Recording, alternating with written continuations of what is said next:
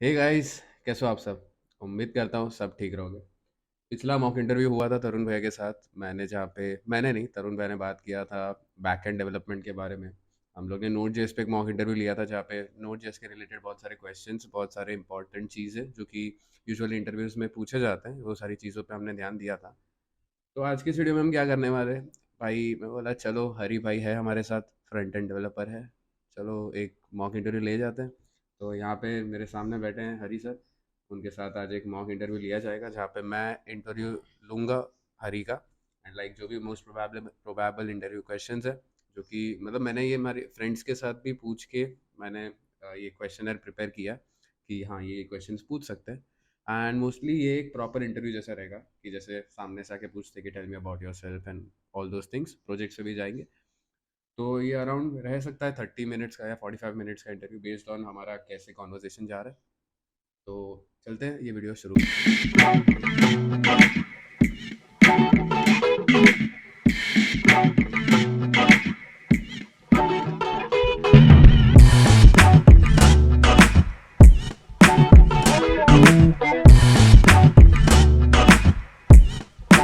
Hello. Tell me about your self.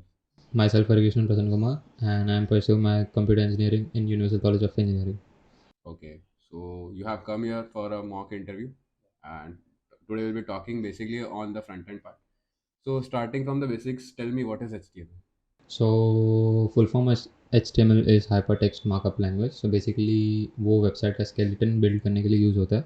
Skeleton मतलब जो भी हम लोग div, p tag, images देखते हैं जो वेब पेज पे दिखता है वो DOM में डालने के लिए HTML यूज़ होता है. Okay, you told about DOM. DOM exactly क्या होता है, लाइक उसका फुल फॉर्म क्या है? DOM का फुल फॉर्म होता है document object model.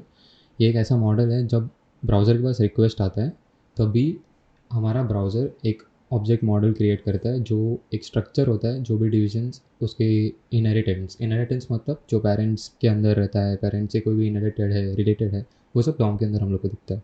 Okay. So tell me one thing. What is the difference between a div and a span? And since you have your laptop with you, write a code and explain me the difference between it. Okay, so first I will say it verbally. So basically, div is an element which is inline. That means when we declare a div or write a div statement, it will take up the whole space. And span is an element when we use it in, like, for example, we are writing a statement like my name is Hari Krishnan. So I want to highlight Hari Krishnan. So I will put that word in span and I can highlight it separately. So that means it is an inline block element. Okay, so Okay. span will not take the whole space. So I will show you an example. Okay. So first I will create an index.html.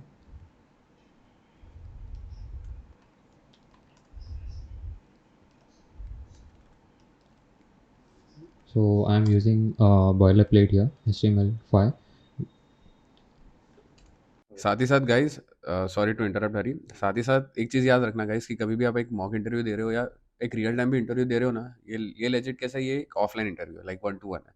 But यहीं जगह पे अगर एक online interview हुआ तो you will have to explain everything that you are writing on the laptop. Okay, वरना then the interviewer will be like ये कहाँ से कॉपी कर रहा है।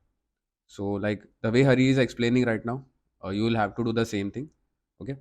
So Hari, you can continue.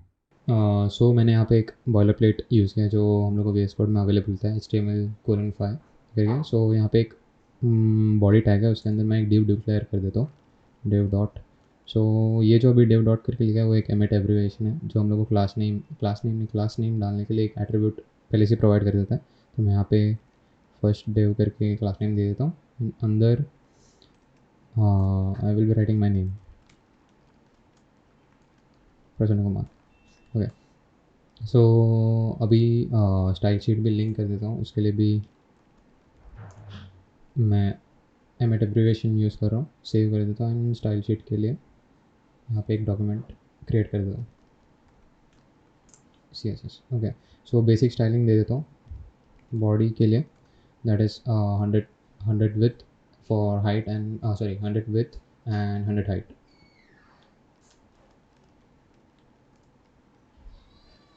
यार what would be the difference between अगर हम यहाँ पे VH और VW की जगह पिक्सल डालें तो क्या डिफरेंस आएगा? कुछ साइजिंग में चेंजेस होंगे या would that be the same? अगर हम लोग if we are writing pixels, actually it will differ for different computers because बहुत सारे different dimensions के लैपटॉप होते हैं. सो व्यू पोर्ट क्या करता है यहाँ पे, जो भी आपका स्क्रीन है ना, आपकी स्क्रीन मतलब जो आपका डिमेंशंस है वो ऑटोमेटिकली ले लेता है. ओके. पिक्सल्स मतलब अभी 500 पिक्सल दिया तो 500 पिक्सल ही रहेगा हर एक डॉक्यूमेंट, हर एक लैपटॉप्स के लिए. बट व्यू पोर्ट डिफरेंट होता है हर एक लैपटॉप के लिए. अभी 17 इंचेस है, 15 इंचेस है, समझो आप 17 इंचेस पे यूज़ कर रहे हो. सो व्यू पोर्ट आपके लिए डिफरेंट होगा एंड मेरे लिए डिफरेंट होगा जो मैं 15 इंचेस पे कर रहा हूँ. ओके. तो मैंने बेसिक स्टाइलिंग दे दिया है यहाँ पे. हाँ, 100 VH दे दिया है. VH मतलब व्यू पोर्ट का हाइट होता है and with is 100 VW, that is view port का विड्थ. सो अभी जो मैंने क्लास नेम दिया था यहाँ पे, दैट इज़ फर्स्ट डिव, उसको कॉपी कर लेता हूँ एंड यहाँ पे पेस्ट करके बॉर्डर दे देता हूँ उसको. Border 2 pixel solid red. Okay, तो मैंने यहाँ पे सेव कर लिया है एंड मैं यहाँ पे जाके देखूँगा, रिफ़्रेश करूँगा तो जैसे आप देख सकते हो यहाँ पे हम लोग को फुल विड्थ ले रहा है वो, जो कि उसका पेरेंट था डिव पूरा विड्थ ले रहा है. अभी ये गैप इसके लिए आ रहा है क्योंकि अब मैंने वो पैडिंग मतलब स्टाइल करेक्शन नहीं किया था. स्टाइल करेक्शन भी आपको करके दिखा देता हूँ यहाँ पे. यहाँ स्टाइल करेक्शन बेसिकली क्या होता है कि अपने बॉडी पे बताते हैं कि हम लोग की पैडिंग सबका ज़ीरो होना चाहिए, मार्जिन ज़ीरो होना चाहिए और बॉक्स साइजिंग बॉर्डर बॉक्स होना चाहिए. सो पैडिंग ज़ीरो, मार्जिन ज़ीरो, ये दो काफ़ी है अभी के लिए. सो जैसे आप देख सकते हैं यहाँ पे फुल विड्थ ले रहा है. सो मैं यही बोल रहा था कि वो जब भी हम लोग डिव डिक्लेयर करते हैं हमारे डॉक्यूमेंट पे, सो वो सिर्फ उसको उतना स्पेस नहीं लेगा जो टेक्स्ट है, बट वो पूरा विड्थ लेगा जो पेरेंट का विड्थ है या हाइट है वो. अभी समझो मैं इसके अंदर एक पी टैग डिक्लेयर कर रहा हूँ, स्पैन भी डिक्लेयर कर दूंगा उसके अंदर. सो अभी जो हरिकृष्ण प्रसन्न कुमार यहाँ पे लिखा है उसको हटा के इसके अंदर पी लिखता हूँ, इसके अंदर डालता हूँ एंड जो प्रसन्न कुमार लिखा है इसको स्पैन में डाल देता हूँ. ठीक है, स्पैन एंड यहाँ पे क्लास नेम दे देता हूँ. Class name span span p दे देता हूँ एंड यहाँ पे क्लास नेम स्पैन एच. ठीक है, span p span h class name दे दिया मैंने. सो अभी इधर क्या हो रहा है, मैंने एक स्पैन डिफाइन किया है ये पी के अंदर. सो मैं क्या चाहता हूँ, अभी जो हरिकृष्ण प्रसन्न कुमार डिस्प्ले होएगा वहाँ पे प्रसन्न कुमार का कलर कुछ और होना चाहिए. सो मैं क्या करूँगा, यहाँ पे वापस हमारे स्टाइल शीट पे जाऊँगा, यहाँ पे जाऊँगा एंड डॉट स्पैन पी लिखूँगा एंड कलर ब्लू कर दूँगा. फिर सेव करके वापस जाऊँगा तभी यहाँ जैसे आप देख सकते हो यहाँ पे हम लोग का प्रसन्न कुमार ब्लू हो गया. एंड इस पर बॉर्डर भी लगा के दिखाता हूँ आपको एंड आपको पता चलेगी मैं जो बोल रहा था वो इनलाइन ब्लॉक है. सो वो पूरा स्पेस नहीं लेगा जो पेरेंट ले रहा है, दैट इज़ जो पूरा व्यू पोर्ट का विड्थ ले रहा है. जो बॉडी ले रहा था वैसे ही स्पैन नहीं लेगा, सिर्फ जितना टेक्स्ट ले रहा है उतना ही लेगा. सो बॉर्डर 2 पिक्सल सॉलिड ब्लैक से. सो जैसे आप यहाँ पे देख सकते हैं यहाँ पे प्रसन्न कुमार जो है बॉर्डर ब्लैक आ रहा है and span is taking space which is taken by Prasanna Kumar text. Okay. अभी here in the style dot C S S तुमने डॉट फर्स्ट डिव लिखा है. What if I write hashtag first div? Will it work the same way? No, it will not. Why? Because hashtag ये represent करता है कि वो ID use कर रहा है, आईडी सिलेक्टर्स यूज़. तो आईडी और क्लास में क्या डिफरेंस हुआ? ओके, आईडी एंड क्लास में ये डिफरेंस है कि क्लास हम लोग तभी यूज़ करते हैं जब हम लोग को मल्टीपल एलिमेंट्स को सेम स्टाइल देना होता है. एज इन समझो मैंने आपका भी नाम लिखा, मैंने मेरा भी नाम लिखा. अगर टेक्स्ट मेरे को समझो 500 पिक्सल करना है, बहुत ज़्यादा बड़ा करना है, सो मैं दोनों के लिए सेम दूंगा टेक्स्ट साइज क्लास. अगर आपका कलर अलग एंड मेरा कलर अलग देना है, समझो आपको आप में रेड देना है मेरे को ब्लू देना है, तो मैं आईडी दूंगा separate. Okay. Have you worked upon any of the frameworks? Yes, Which framework have you worked upon? React this. Okay, so let's talk about React for some time. वो कौन से लैंग्वेज का framework है? JavaScript. Okay. So is JavaScript a client side और server side? Client side. Okay. Okay, talking about JavaScript and much more things in the React framework, how does the browser render the UI when we use React? Okay, so browser render कैसे करता है. सो browser अगर react भी use कर रहे हैं हम लोग या नॉर्मल भी यूज़ करते हैं, ब्राउज़र सिर्फ HTML CSS जैसे रेंडर कर सकते हैं. तो इसके लिए एक ही फॉर्मेट है, दैट इज़ जब ब्राउज़र के पास रिक्वेस्ट आता है, हम लोग जब भी कोई URL डालते हैं, समझे गूगल के लिए URL डाल रहे हैं जो होम पेज आता है, वो फर्स्ट ऑफ ऑल रिक्वेस्ट जाता है ब्राउज़र के पास. ब्राउज़र बाद में क्या करता है, जो HTML का डॉक्यूमेंट है उसको डॉम में कन्वर्ट करता है, डॉम ट्री। वैसे ही CSS के लिए भी होता है, उसको CSS ऑब्जेक्ट मॉडल बोलते हैं, CSSOM। CSSOM भी डॉम ट्री जैसे होता है बट फॉर CSS। बाद में ये दोनों चीज़ को HTML DOM and CSSOM, CSS object model को कंबाइन करते ताकि वो रेंडर ट्री बना पाए। रेंडर ट्री इज़ व्हेन हम लोग का styles and structure is mixed and एक डॉक्यूमेंट बनता है। बाद में जब ये पूरा रेंडर होता है तभी हम लोग को रिजल्ट दिखता है as a full web page. Okay. What is the React component lifecycle made of? Okay, so React component lifecycle is made of three functions, that is component did mount, component did unmount, And and तीन चीज़ें होती है, तुमने बताया कि आता है और जाता है, बीच में क्या करता है? पहले माउंट हुआ, देन अपडेट होगा, component did update and component did unmount.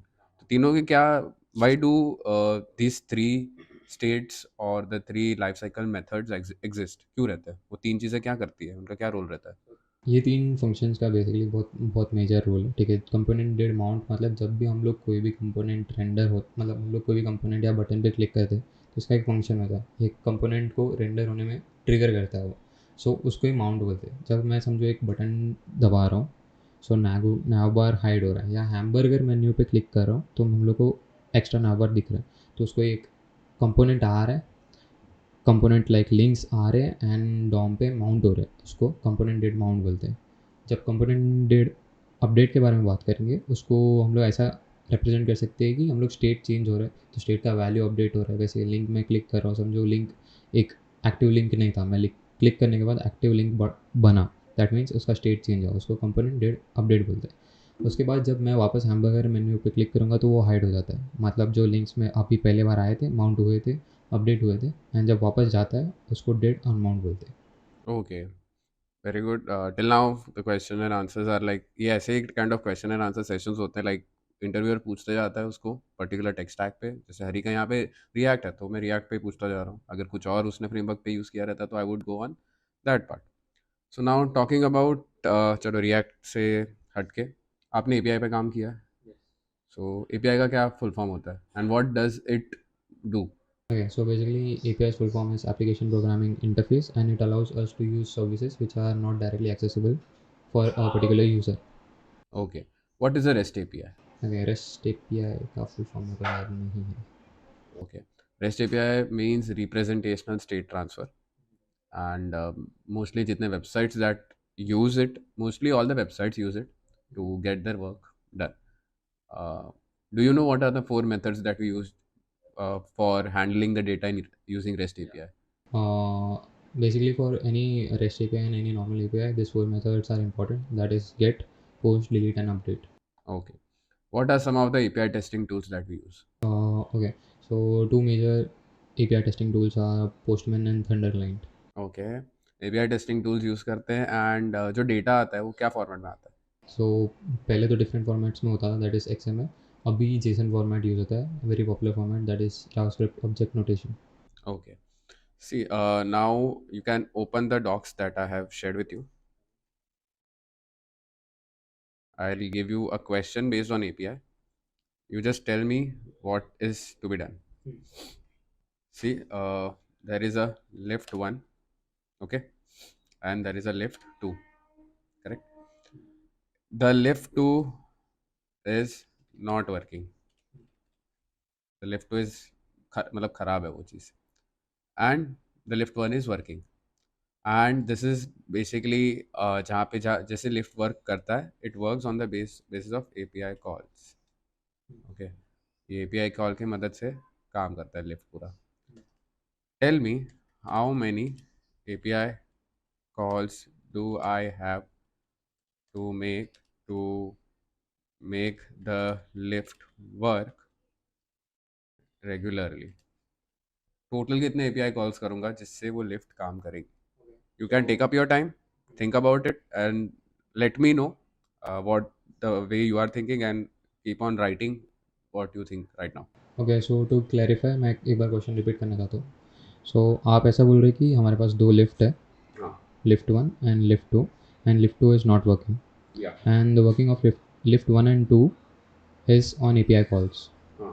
and I want to reach my destination. You have to not reach your destination, you have to just tell me how many API calls should I make for the overall working. Okay, so okay, I will say.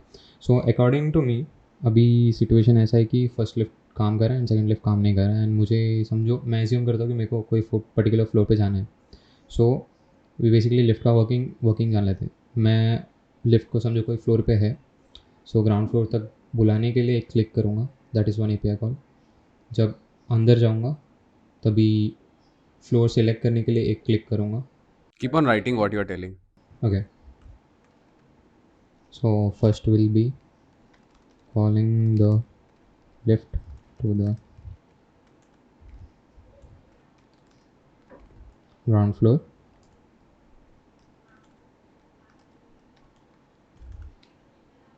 That is one API call. Second is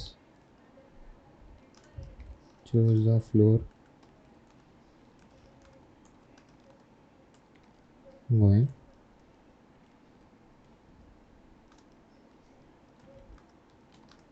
Two API calls. Okay, so I think ये दो situation ही होगा मेरे हिसाब से. Call the lift, पहली बार हम लोग आऊँगा, पहला क्लिक होएगा.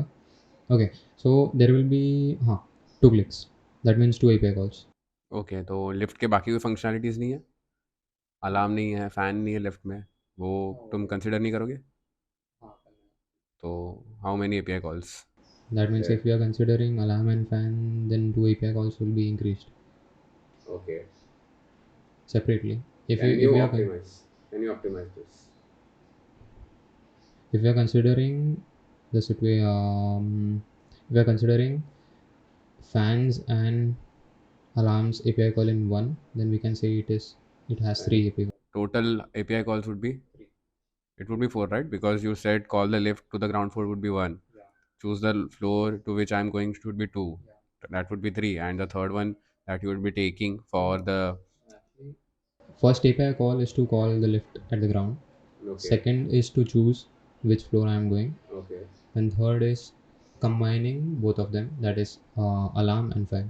एंड व्हाट इफ अभी ग्राउंड फ्लोर पे तो आ गई, लिफ्ट खुलेगी या नहीं, उसके लिए क्या करोगे? उसके लिए भी एक बटन रहता है, लिफ्ट खोलो एंड बंद करो, उसके लिए कितने एपीआई कॉल रहेंगे? हाँ, ओके, तो एक ही होगा, उसके लिए भी एक ही होगा, तो total 4. Can you optimise it?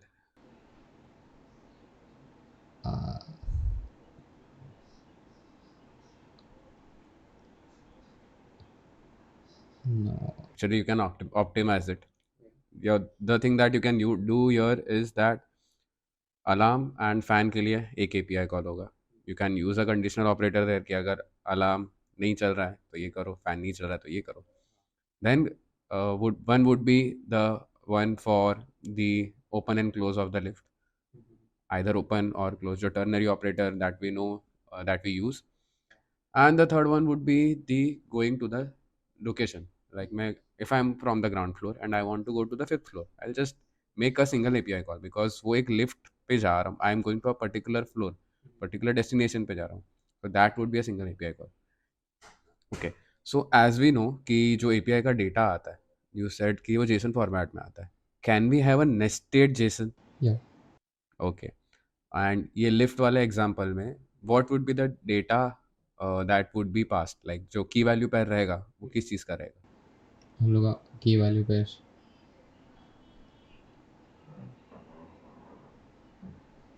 That would be based upon the values of the ICs, क्योंकि वी आर यूजिंग लिफ्ट में हम काम कर रहे हैं, तो जितने बटन्स रहते हैं, button will have a particular that IC होगा, उनका माइक्रो चिप्स होंगे, चिप्स का जो एक नंबर रहता है, every chip has a particular kind of a number.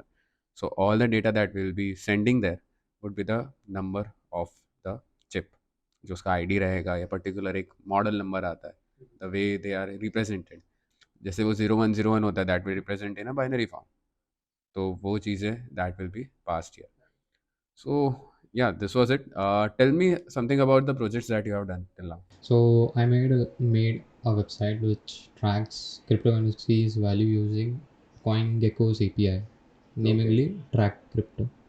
Okay, so What exactly have you done? Tell me about it in detail. Okay, so first of all, I made a page using. Okay, let's destructure it. For UI, I used React.js and Material UI, and for there was, we can say that there was no backend because we are calling the APIs and displaying the data. So API which I used was CoinGecko. Saying about CoinGecko, it has a limit for free version, or only 30 API calls. So according to that, I made the website track crypto. Okay, so how does the tracking of crypto work in your website?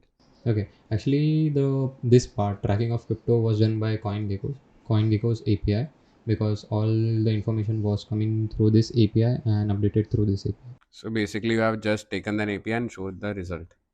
Okay. Are there any projects that you are currently working upon, or Yeah, I'm working upon one more project, Resumify. okay? So what does it do? Okay, so basically, it is a website which creates resumes, mm, resumes, and we give suggestions through a ChatGPT model. Okay, so Suggestions based upon like your domain, and we will give keywords which you should put in resumes. okay, so the you have told about resumes. So there would be designs that the user will be choosing. So how are you planning to implement or make the templates for the designs so that the user can choose from it? Are you going to hard code it, or are you going to use some ready-made templates or some kind of an APIs for that? Actually, I'm thinking of hard coding it, because I think personally it is much easier than just copy and pasting. Okay, so if you then plan to scale it, then that won't be a right approach, right? Because hard coding would take up a lot of memory of your cloud as well, because at the certain point of time you are going to host it. So then what would you do? Then obviously we need to like refactor it. How would you refactor it? Like, uh, you would take up certain designs, host it on some other server, and take up the user inputs and then integrate it, or what are you thinking to plan on it? Actually, I was thinking about creating a single template which will be taking information from users. Then the design part, which is I was thinking of like giving an options for them, like advanced mode and everything. So we will just keep on iterating through the backgrounds they need and the formats they need. And you also know that there are libraries which provide us draggable option. That means we can just give them an option to customize their inputs and their divisions to whichever place they want. So guys ये एक type of mock interview था। Last में एक session होता है जहाँ पे like जो इंटरव्यूअर रहता है वो पूछता है कि do you have any question for me. अभी मैं कोई कंपनी में काम करता तो हूँ नहीं, तो अभी हरी क्या ही पूछेगा मुझे। तो you can ask a simple question है जो कि मैंने मेरे इंटरव्यू में भी दिया है। ये पूछोगे ना तो सामने वाला इंटरव्यूअर थोड़ा बोल सकते हैं कि थोड़ा फ्लैट हो जाता है।